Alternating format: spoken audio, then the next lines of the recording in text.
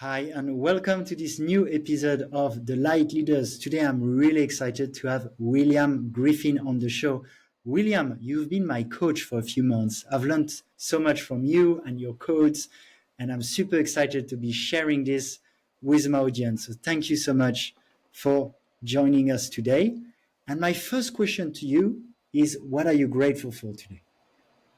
Thank you very much for having me here.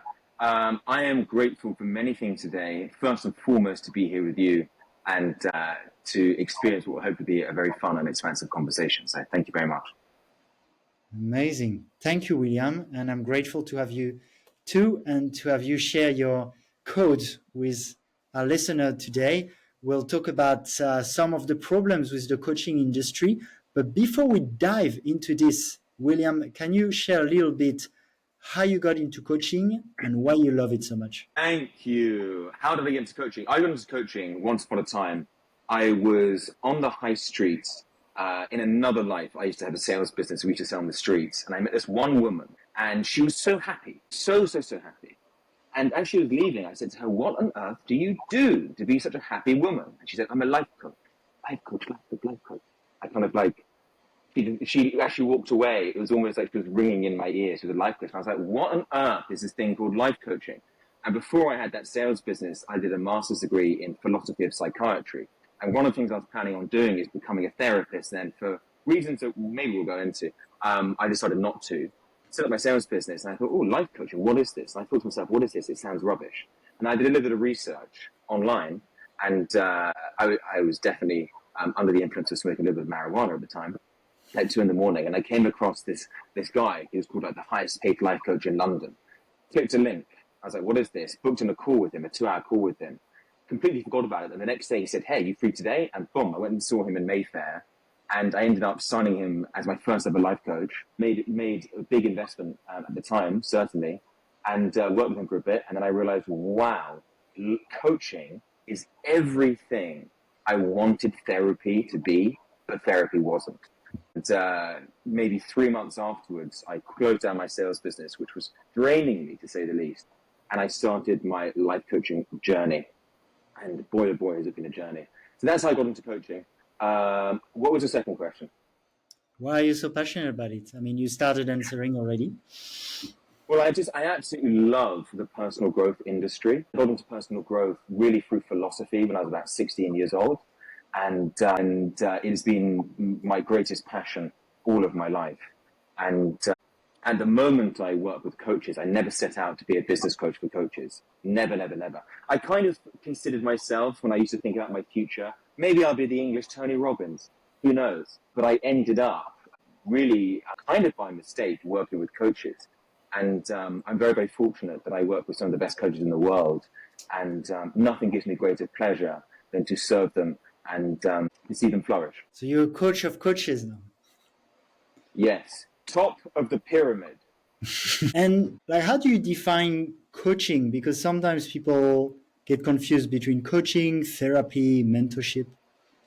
Thank you.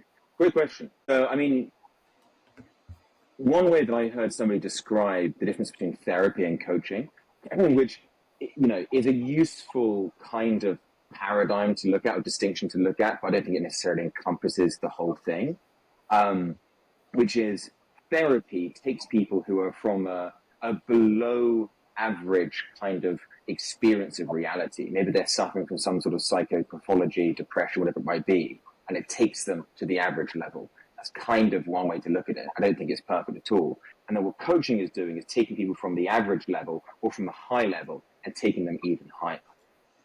Another way that some people describe the difference between therapy and coaching, which again isn't perfect, but it can be quite a good little way of thinking about it, a useful way of thinking about what is relatively a complex question, is that therapy is very much focused on the past and look at the past, whereas coaching is very much looking forward to the future. And then when it comes to the actual coaching itself, within coaching, there are so many different niches and sub-niches and different things. The distinction I like to use is between a life coach and a mentor. So a life coach is somebody that's niched.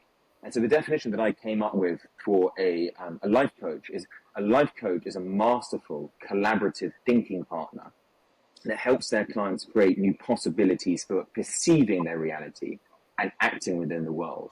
And typically, in its purest form, what a life coach will do is ask questions to pull out and elicit, should we say, the truth or the answers or the meaning from their clients. There's much more asking questions as opposed to telling people things.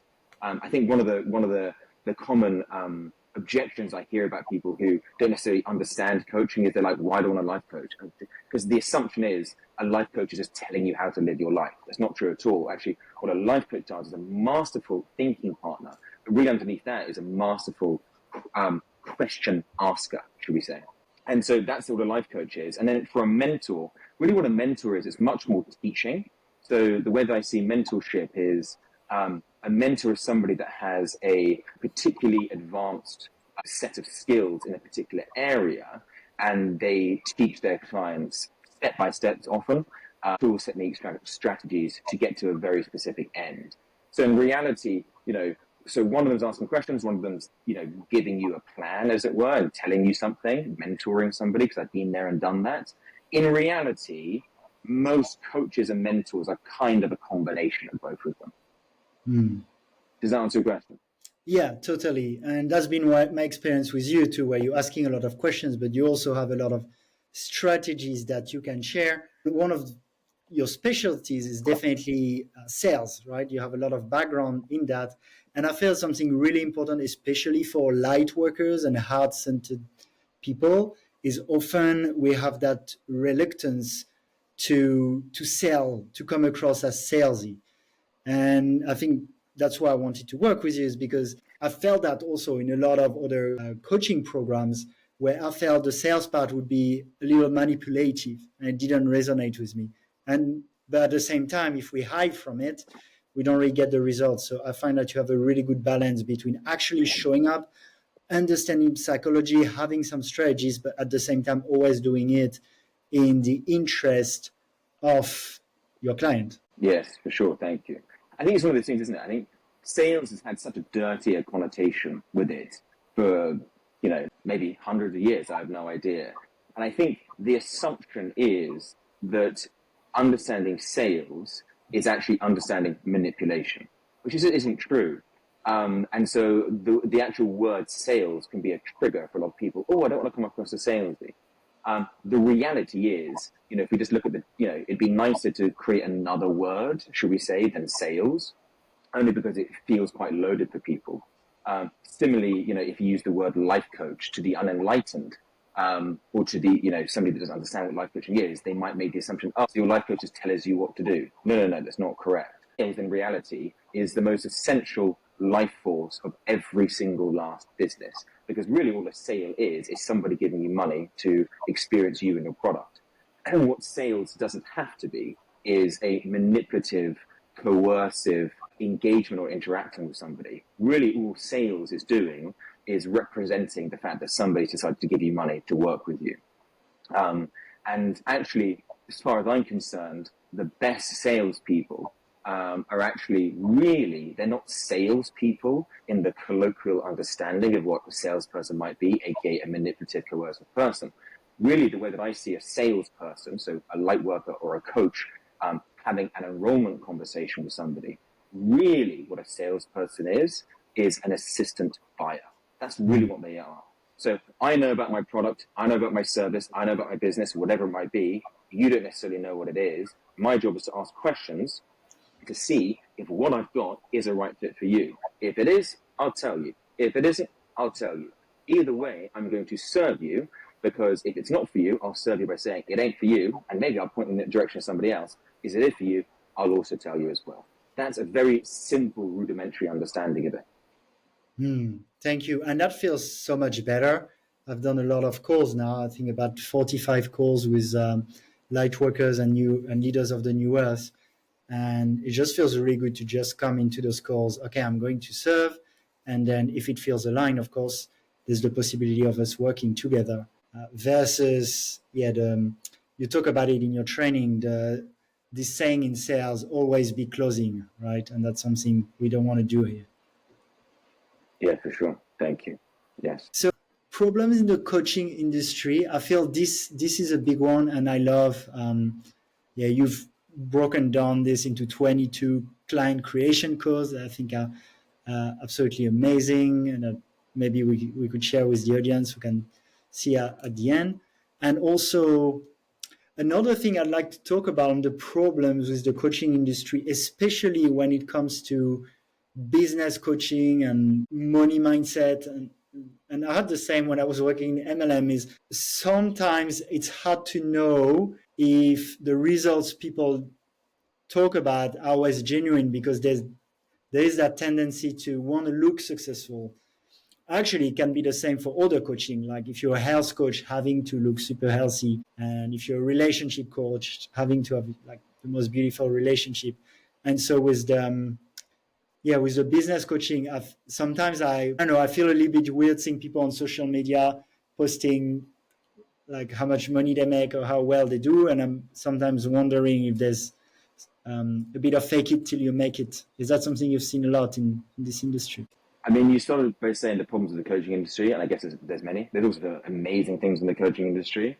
But to answer a particular question, which is what I'm hearing you say is, do I think that there's some coaches, not just business coaches, faking it till they're making it? And, I don't necessarily think that people are fabricating results with their clients, not at all. I think probably if there were to be a problem, and again, it's hard to know because it's hard to see behind the scenes. I think that, when you're hiring a coach, sometimes we don't really know what we're looking for. And, typically speaking, when people are promoting the results of their clients online, they might just be talking about the top 5% of ultra successful clients. And actually what we might find is a huge delta of a lot of people that don't necessarily resonate. And one of the things that I've observed just on my own journey, one of the reasons why I think that I ended up being a business coach for coaches is because so much wasn't resonating with me. I just had to figure things out. And, when I first took on a client, it was actually a friend of mine. She was like, oh, hey, you seem to be doing quite well. Can I work with you? And she wanted to work with me particularly to help her with her business. And she did really, really, really well. And off the back of that, I think she made like 25 grand in 6 weeks or so. And beforehand, she was struggling to create a $400 client. And as a result of that, she just sent me so many people. She's very much a leader in the work that she does. Sent me all these people. And then they sent me people, and they sent me people, and they sent me people. And what I quickly realized is that I only had one strategy at the time. And for some people that worked. For some people it didn't work. And I was like, well, I want to make sure everyone gets results. And so then I had to go, right, well, how do I help this person create clients? And through working with a lot of my clients, I figured out so many different things to serve them. And one of the insights that came through for me is that actually business can be complicated. Lead generation can be complicated. Strategies can be complicated. And also, what I really need to say is that one strategy that might work for one of your clients or for your top 5% of clients may not work for the others. So, for example, to give you a more tangible example, if you are teaching somebody, let's say, how to grow their following on social media, well, if somebody comes to you and they've already cultivated a following, they are going to accelerate much faster than somebody that has 10 followers on Instagram, for example. And so if you join a program and you see all these amazing results, and let's say the strategy is Instagram, but you're 45, you've been working for HSBC all of your life, you've never put any time or energy into Instagram, you've got 10 followers on Instagram, that's really just family members, and you join a 10K program, and the strategy you're given is make dancing videos on TikTok or Instagram, you're probably not going to succeed. Whereas actually that person has, Instagram is a pond to go fishing in to create clients and offer value to. But then we have infinite ponds available to us. We have much more than that. And so for me, what I've learned on my journey is actually different people require different strategies. And that has been a, should we say, entrepreneurial problem that I've been solving for the past 4 or 5 years. And I could talk about it for a very, very long time. I'll pause there. Thank you. Actually, it's interesting because you talk about it that being a business coach for coaches has become your niche, but it has become from getting into conversations, from coaching rather than thinking what should your niche be. Yeah. Good insight. 100%. 100%. And, as far as I'm concerned, it's interesting, isn't it? Because very often what we're told when we become a coach is you need to have a niche. And very often as well, you need to have social media. But if we were to zoom in on the niching one, the reality is that you may not be ready to niche. And the way that I found my niche was by mistake. And I actually resisted it for a long time. And the reason why I resisted being a business coach for coaches is because really, I made a joke about the pyramid earlier. Really, I just thought it was a bit of a pyramid scheme, And it's because there's one particular person I was thinking of, but I know it applies to a lot of people who become a business coach. And in a way, it also applies to me, which is, to a degree, it applies to me. I think it's slightly different. But, a lot of people become business coaches because they've been looking for their niche and they're taking all these different business programs and they kind of go, well, actually, I'm a little bit of an expert. If I've taken 4 different business programs, I'll just become a business coach. Whereas for me, I think the absolute best way to find a niche, unless it's glaringly obvious to you, the best way is just to coach and coach and coach and coach and coach. But not just to coach anybody, to coach those souls where I call it qualifying for magic, where you really feel that excitement magic of, whoa, yes, it's going to be outrageously expensive to serve this person and work with this person. And if you slow down to take the time to really find that in somebody, maybe that'll take 2 sessions, maybe whatever it might be, you might meet somebody that wants to pay you a lot of money, but you don't feel that magic with. If you make sure, in my opinion and my experience, you only work with those people where you qualify for magic, but once you've had 5, 10, 15, 20 of those, that's when the patterns are going to start to emerge. The patterns of, okay, we're doing this, or I don't like doing that, or that person's really good. That type of person I thought was going to be good isn't so good. And what you'll find is for the rest of your career, your niche isn't a niche, it's a niche hypothesis. So I'm always fine-tuning who my ideal client is. I'm always fine-tuning my programs. I'm always rewriting my programs because that's the game of just getting better and better and better. And so, particularly zooming on your point about niching, the best way to find your niche is by serving those clients who qualify for magic that you feel super duper excited to work with, and you start to see those patterns, as opposed to your point of sitting in your armchair and philosophizing about using your mind of who you think might be your ideal client.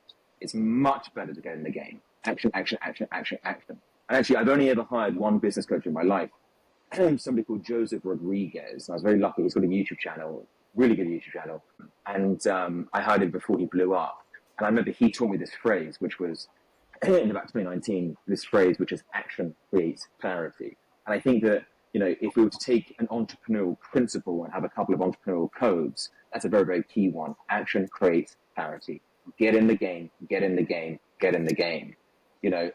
Everything is a hypothesis. Marketing is a fancy 9-letter word for test. You want to be testing our assumptions all the time. And the best way to do that is by getting the game, coaching.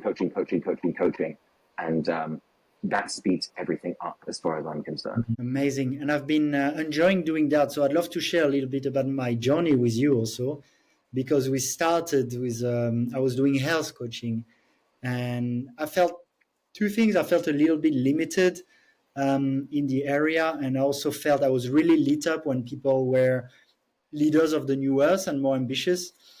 And so we started a market research, and I've done coaching with 45 Lightworkers and leaders of the new earth now. And through that, through those conversations, I found I made much better progress towards and like niching down, but also I don't rush it. I call it finding my coaching ikigai, actually, which is what do those Lightworkers need? What am I good at? And what do I enjoy doing? And what I can get paid for?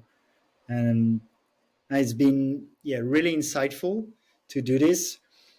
And you encourage people to do coaching to find their niche.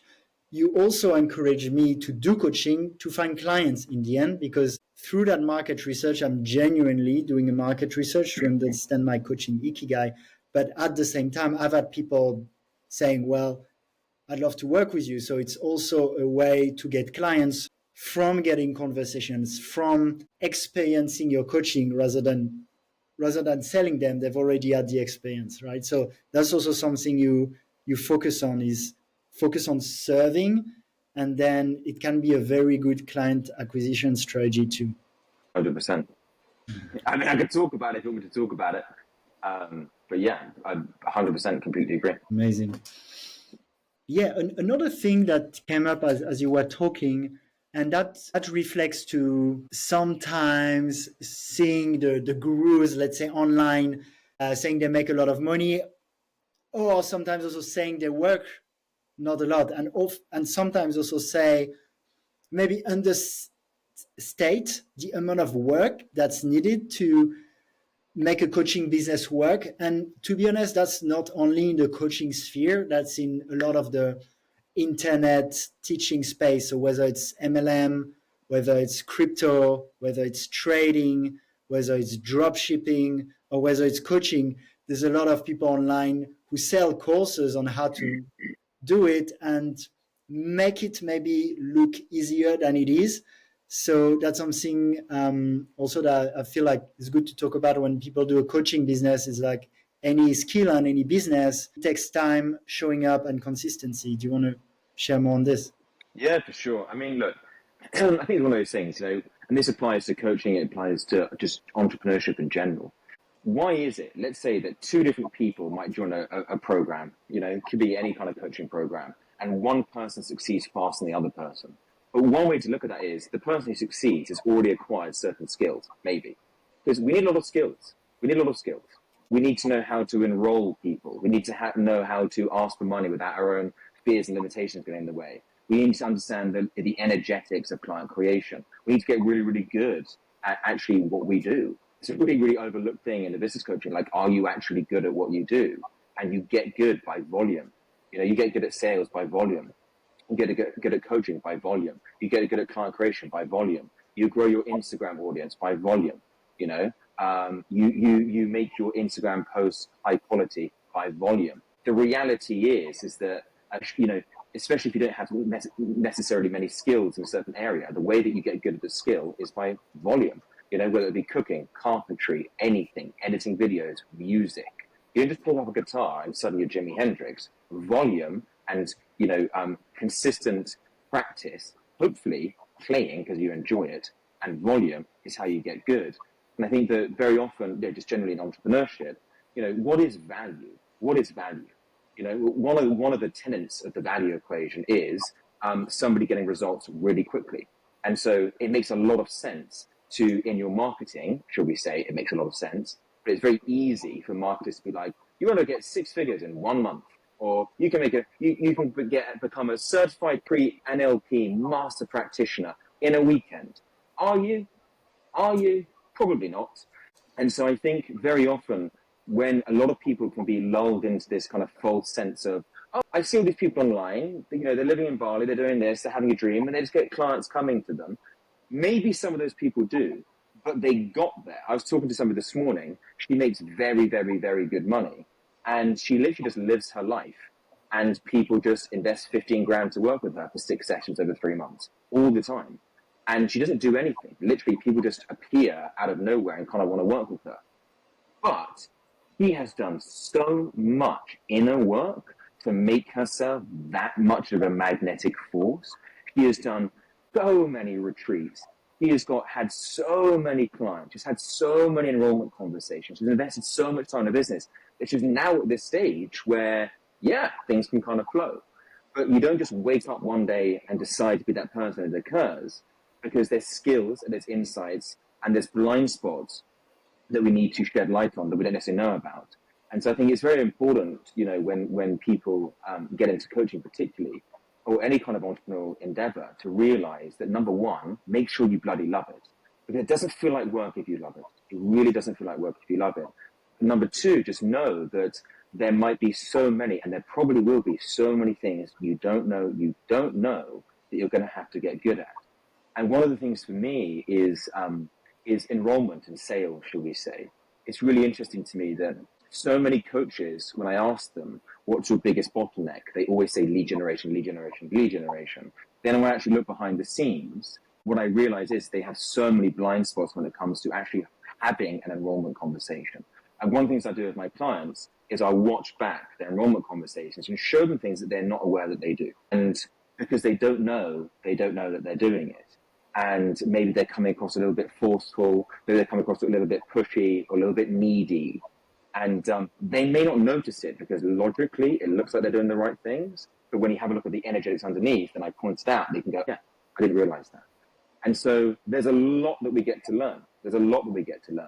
But it's a worthwhile journey if it's your soul's mission, if you absolutely love doing it, and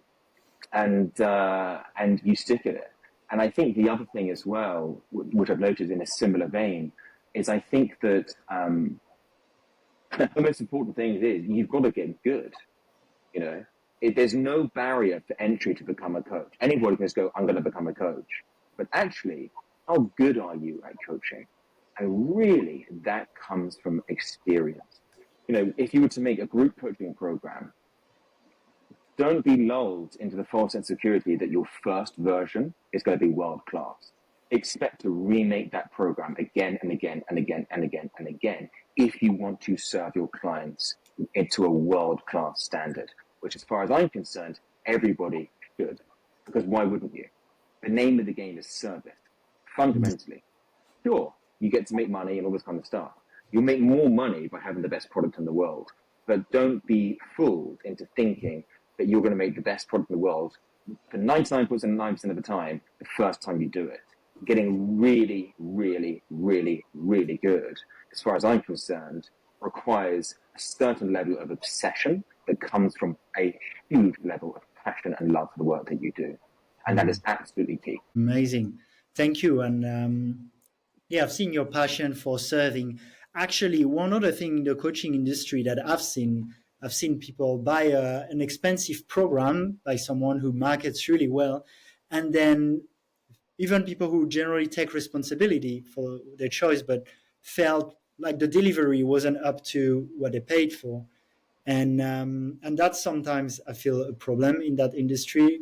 Coaches maybe that don't care as much and that don't that just focus on those 5% that do really well and then really not care about the rest. When I started working with you, actually I asked a few people, because you're quite known now in our Bali community, and everyone always raved about like how much you care, how much you put service, and that pays off. So I think that's very important also in the long run for reputation and for referrals, which I know is your favorite way to grow a coaching business. It probably is. Yes. Thank you very much. I appreciate you sharing that feedback. Yeah, for sure. And, you know, I don't necessarily think, I mean, you know, if we just speak, obviously, just generally, are there some programs out there, whether business related or not business related, just coaching programs out there? Some people are very, very good at marketing and, you know, they make very good sums of money, but maybe a lot of their clients don't succeed. I don't necessarily think that, because I thought about it, you know, it's something you hear, you know, I did a market research campaign where I coached maybe 100 to 150 different coaches over an extensive period of time. And it showed me a lot of blind spots, just speaking to that many people, showed me so many blind spots that I wasn't aware of in the lives of so many amazing coaches.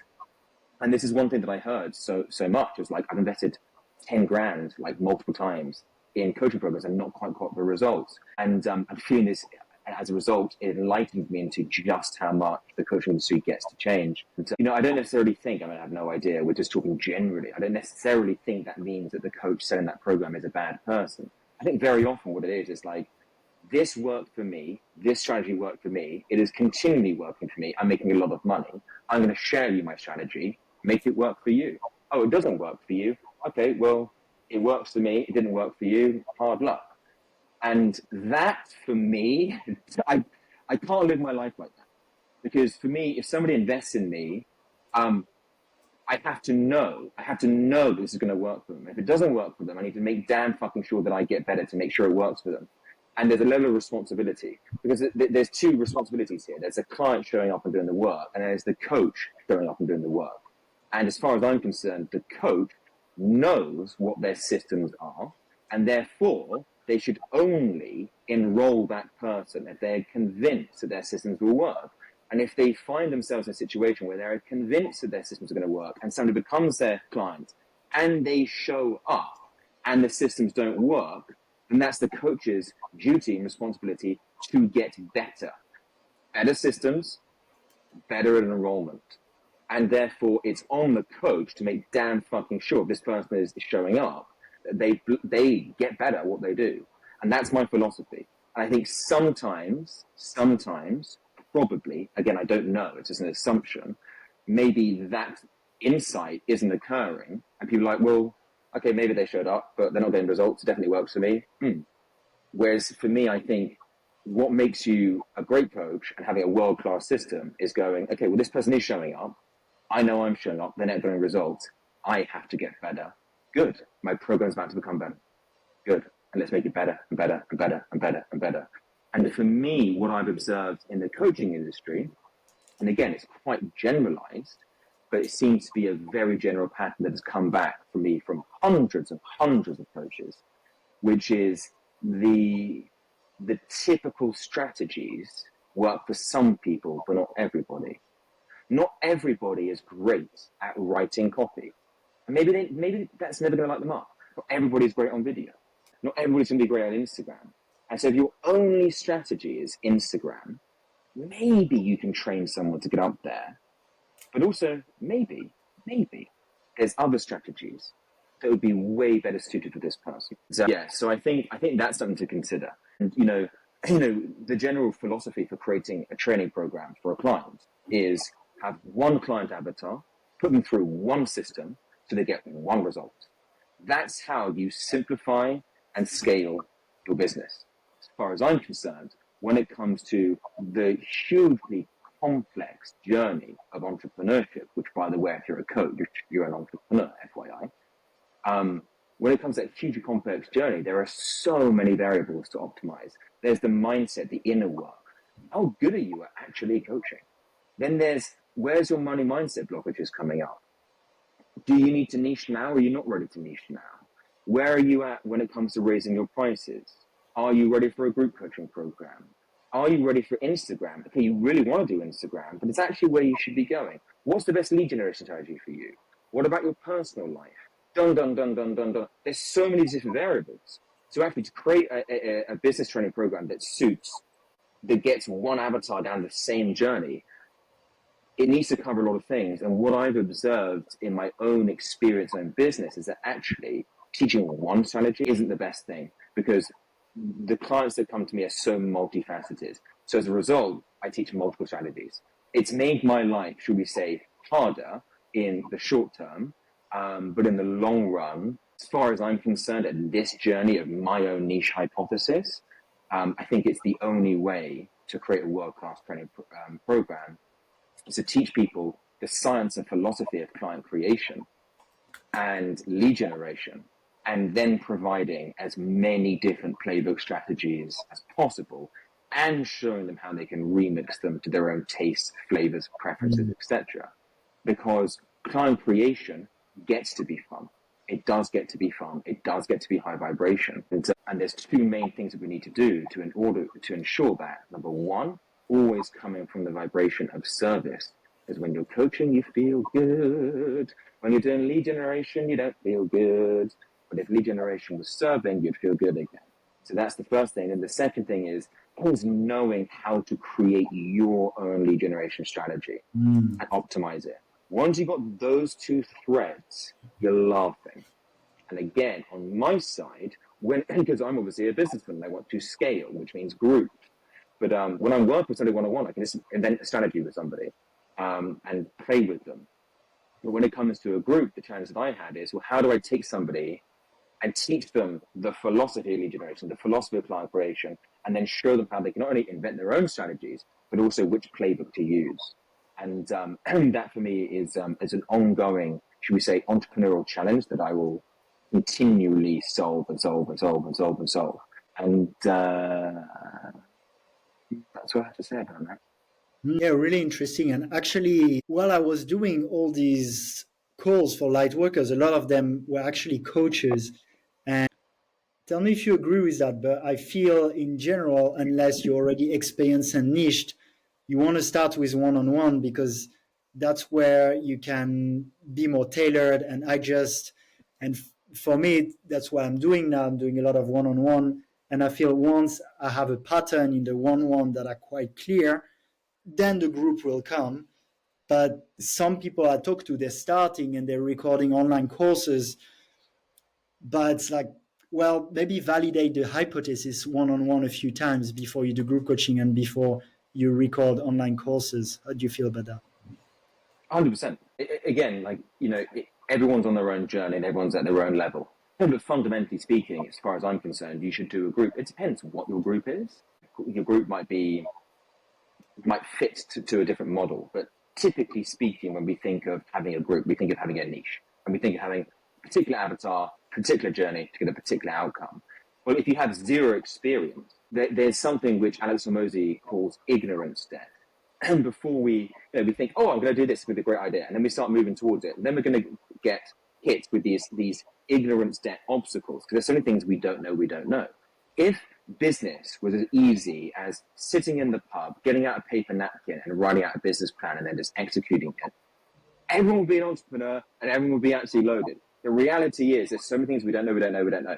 And so given the fact that the number one principle of business is serving your customers.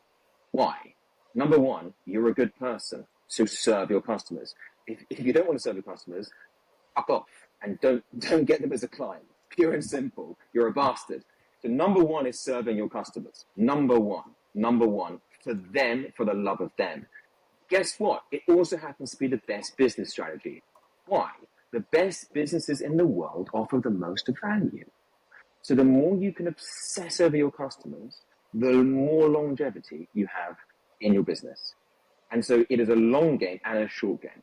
So service is everything. You create clients by serving, and you're going to have a business that stands the test of time by serving, because negative word of mouth is big and more damaging than anything else. Focus on service. And so the reality is that you want to have, at least, 5+, who knows? There's no general rules for this. Clients where you test your hypothesis. It's all about testing. Like, again, I've got my paper napkin business plan I wrote in the pub. Go and test it. And you'll find so many things you don't know. And once you feel like you're ready, then you can do, and again, this is just like the high level, cookie cutter philosophy on this. There's always going to be exceptions to the rule. Once you've coached a whole bunch of people, learn all things you don't know, then you can do a group coaching program and go on another learning journey. And continually, and I like to use the word obsessed here because I think it does require a certain degree of obsession. I don't mean obsession, with, anyone listening to this might have some sort of negative connotation with the word obsession. I just think it's a fun word to use in this instance. But, somebody who is masterful at the piano is probably obsessed with piano. So you understand my definition of the word here. You've got to love it. You've got to absolutely love it. You've got to love it. Because people that love it and they're passionate about it, can we say obsessed with it, they go the further mile. Always. And there's all sorts of little nooks and crannies that they get to solve. Yes. Yeah. There we are. That's all I have to say about that. But yeah. I forgot your question on my rants, but there we are. Done. I'll just land the plane. Perfect. It was about starting with one-on-one or groups, and actually with what you were sharing, another thought that came to mind is some people, they want to start with group because they can charge less, and maybe they're not confident to charge more as it is when you start with one-on-one. Okay, so let's say somebody wants to do a group because they can charge less for your one-on-one. Like, the guiding principle shouldn't be my limiting beliefs about money. The guiding principle should be what is going to serve anybody that pays me money the highest. You might think that's a group. You might think that's one-on-one. Look at your own unique situation. But it shouldn't have anything to do with your own limitations about money, whatever it might be. It should be, the guiding principle should always be, what is going to serve my clients the most? Everything is going to come from that, period. And I think it's been my experience doing those calls and working with you is that I feel when we're more beginning the coaching, we can have limitations around the money. But the more we do calls, the more we realize if we're really touching on the goal behind the goal, as you call it, that our client understand that we can help them achieve what they really truly desire, then often like people become resourceful, and they'll To sometimes create autonomy. pay a lot because they realize, I really want that, I actually can find the money and it's worth it. Yeah, for sure. Yes. Do you have a question here? But I have a question on something that you talked about, which was, yeah, you have to love it. I guess, I mean, for me, it's been the process also with the niche. So, I mean, that's something we've done. We haven't focused on niching too early because I feel for especially light workers, heart-centered people, yes, we want to have a thriving business, but and we want to serve, but we also want to feel fulfilled and feel on purpose. That's super important for light workers. And so if I just pick a niche because it's good for business, but I don't love it, I'm going to like need to change niche and redo everything in 3 months, right? So has it been your experience with light workers that, yeah, they should basically take their time to niche so when they do, they can stick to it for a long time? Has it been my experience that people take their time to niche? Well, do you feel we're often pushed to niche too early, and then 3 months later we're like, well, actually, I don't like that niche, and that's counterproductive? Yeah, I think typically speaking, people are guided by whoever's guiding them. It could be their business coach or it could be other coaches to niche early. There's a paradigm in the coaching. There's two paradigms in the coaching industry that are really influencing the way that people think. I already touched on it earlier. Number one, you need a niche, and number two, you need social media. And people are just blindly regurgitating that advice. It's just not true. It's just not true. You don't need a niche, and you don't necessarily need a niche. You don't necessarily need social media. What you need is clients that you qualify for Magic, who you can serve and help. And you don't need a niche for that. You don't need social media for that. And people have been working as consultants, therapists, all sorts of different things for hundreds of years before the internet, let alone Instagram, was created. Similarly, even Freud, for example, was his own niche. Most therapists were their own niche. You just go and see a therapist for a huge array of different challenges. So you don't need to have a niche. What you need to do is to understand how client creation works, get inside conversations with people that you could serve them and enroll them, and only make sure that you enroll those clients that you serve. And so one of the paradigms that's really pushed, and I think it's a huge roadblock for a lot of coaches, is like, okay, I've got all this excitement, and suddenly everyone who's a coach is saying you need a niche, everyone who's a business coach is saying you need a niche, but I don't know what the hell my niche is. And then you find these outrageously, wonderfully complicated I help statements from people, which don't understand how niching works anyway in the messaging. It's like, oh, I help this person, da da da da da da da da. And so very often, if somebody's niching when they shouldn't actually niche, they don't really know what their niche should be because they think they should niche. And then they come up with this wonderfully elaborate, highly confusing I help statement, which nobody understands with. And so not only are they niching when they shouldn't be niching, roadblock, they've got this absolutely outrageously confusing I help statement, roadblock, and they're trying to force it down people's throats. And so there's so many coaches that are absolutely outrageously frustrated. I know that from experience. I've spoken to so many of these frustrated, beautiful souls. Whereas, yeah, you don't need to niche until it becomes quite obvious. And as we touched on earlier, it becomes obvious when you coach those qualified for Magic souls and you start to see the patterns, typically speaking. However, you might arrive on the scene and go, I've got a hypothesis. Remember, it's a niche hypothesis, not a niche. I've got a hypothesis and this is what I'm meant to go and do. Amazing. Go and do it and test it. It's interesting to me how many women, for example, not a lot, but some female coaches come to me and go, I'm meant to work with women. And they go on the journey. And sometimes I'd be like, have you ever opened yourself up to some men? And before you know it, it's like, boom, I love working with men. Oh my God, I'm here to work with men. Cool. Test, play, experiment, see what happens. I first started, when I did a program, when I first started coaching, I did a program and it was an online DIY one. It's good. There's a lot of good things in there. He said, you need a niche, you need a niche, you need a niche. And I was like, well, what do I need to do? And I go, oh, life purpose. Life purpose would be a great niche. I spent about 2 months creating a life purpose program, made a post on social media. I got about 10 people knocking on my door, and not a single person had any interest in life purpose. I enrolled 3 clients. Not a single one of them ended up working with me for life purpose. But as I knew how to, talk to them, whatever it might be, and they became my clients, and I realized, fuck, I just spent 2 months building a program I'm never going to use. So sometimes it can be a waste of time to niche and put so much energy into niching when you're not ready, especially when you're new. Yeah, thank you, William. I love having that lean approach. Yeah, I'd love to, as we touch around the end of this episode, I'd love to know what are you up to now? I mean, I know, What but about you? share. Yeah, Yeah. thanks. At the moment, I have launched a new mastermind, which at the moment is I'm giving it a smaller impact and invitation only, and I'm recreating all of my trainings, literally every single last one, which is a very exciting task to make them better and more punchier. And I've just redesigned, as I touched on earlier, how do I get a group coaching program that is number one, scalable, aka can have a lot of souls in here, and number two, can serve all of the souls that are in there, and number three, honors the unique individual journey that all of my clients and coaches go through. So I've got a hypothesis of that, which I've been testing and working on, and I've got some clients in there at the moment, and that really is the seed for me for a much larger community for coaches and light workers, which I'm very, very, very excited about. And when I've touched on little things where I kind of see where my industry, the business side of industry, gets to improve, and really what I mean by that is to serve more coaches. I'm seeing what I'm creating now as the solution to that. And there'll be much, much, much, much, much more work to be done on my end and on my team's end. And I'm very excited about, I'm very excited about it and very, very much enjoying it.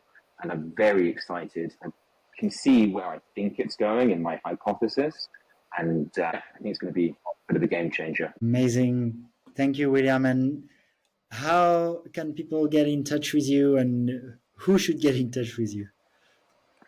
Thank you very much indeed. Well, anybody that'd like to get in touch with me is more than welcome to. The only way that you can find me online, depends when you're watching this. At the moment, I don't use social media at all. I have an Instagram account. Actually, I do have a YouTube account with some videos on there as well.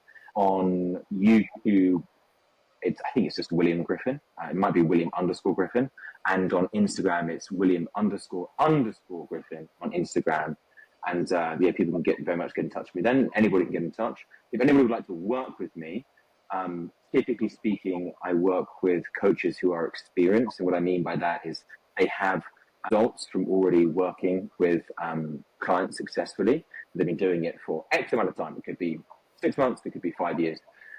But they're good at what they do, number one. And number two, they're full time and it's their soul's mission. They are all in. They're all in, all in, all in. And number three, the biggest challenge that they're facing is client creation. So if anybody listening to this fits that description and would like to explore the possibility of working together with me, they're very welcome to do that by connecting through my Instagram. And if anybody else would like to get in touch, just more generally, they're very, very welcome to. And again, depending on when this comes out, as in the chess move of what we're doing in my business, one of the chess moves, which is coming out quite soon, is going to be creating a lot of content on Instagram and YouTube. So depending on when people listen to this, they can go and check out Instagram and YouTube for a lot of training. So if you don't fit that description, and you might be a brand new coach, I'll be creating a lot of valuable trainings to serve you there. Anything else? I do work with some people one-on-one in a different capacity, more like a purist life coaching / business mentoring capacity for more established, successful people that aren't necessarily looking for client creation. But I only work with about one or two of those types of people at a time, and they usually come through the woodwork. So that's you. You can also come through the woodwork here. Thank you very much. Amazing. Thank you, William. And I'll put all the links in the description of the video. And thank you. It's been amazing to have you. There's been a lot of value there. Any last words for our listeners today? Who are your listeners? Lightworkers in general. Lightworkers.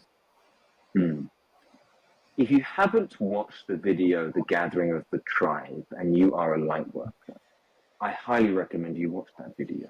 And if Alex was to share one link under this video, I highly recommend that to be the link at the top of the pile, particularly if you are a light worker And if you have seen it, I encourage you to watch it again in a new light, in a new perspective. If you haven't watched it, I highly encourage you to watch it. And to remember Is that the one that I we think are, it's on Aubrey Marcus' channel, but yeah, narrated by Charles Eisenstein, right? yes, Yeah, it's amazing. I'll put the yeah. link. Thank you. So I highly encourage you to watch that. And if you are a light worker, then I imagine we probably share the same metaphysical worldview.